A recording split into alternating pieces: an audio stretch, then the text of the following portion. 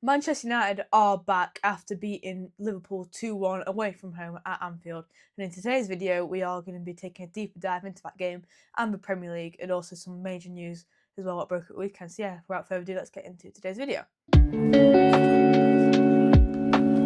Starting off with the first game of the weekend, Chelsea beat Nottingham Forest 3-0. At half time, it was 0-0, but then in the second half, it just all fell to pieces for Nottingham Forest.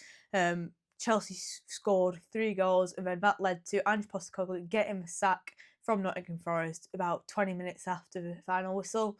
And I feel like, because he said in his interview that he doesn't work on set pieces, and not being funny, most of Nottingham Forest goals, what they've conceded under Ange, are from set pieces. So it's sort of that arrogance again, what Ange Postecoglou's sort of shown, which probably has costed him his job. And now for Nottingham Forest, it looks like we're going to get Sean Dyche in. That could be a good appointment for them. But to be fair, I think it's Marinakis' fault for falling out. Just a quick pause in the video to make sure you guys subscribe, because 89.5% of you aren't subscribed. It will really help me out if you subscribe. Back to the video. With Nuno Espirito Santo, because that was a really, really good job for Nuno. He got them into European football with the Europa League this year. But yeah, Sean Dyche, he did good at Everton, always keeping them up in the Premier League.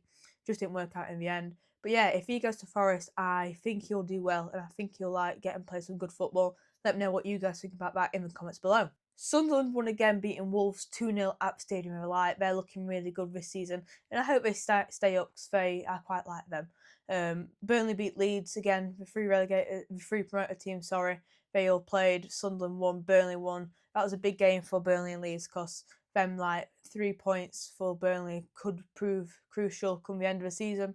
Man City beat Everton 2-0. They're looking really good at the minute. Pains me to say it as well. But going on to better news, Man United have actually beaten two teams back to back. We beat Liverpool 2-1.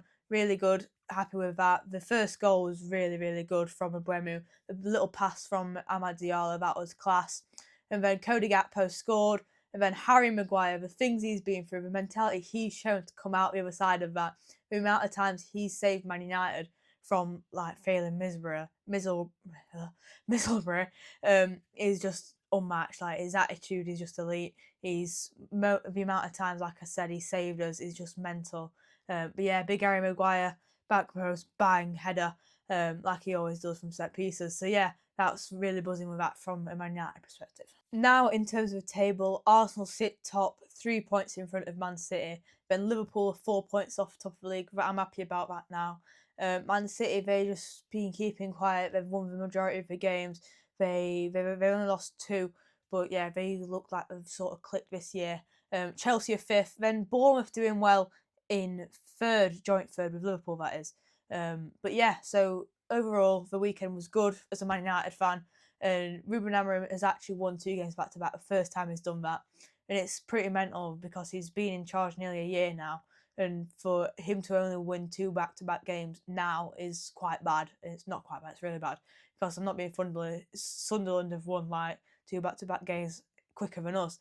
So this is where I want you guys to help me out here, is, do you think Man United are back now, and do you think Amorim will keep his job?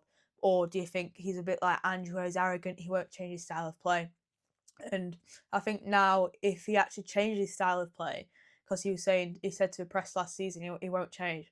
But I think now the press will actually think that good on him for changing it. He's actually got a bit about him, instead of just sticking to it and being arrogant.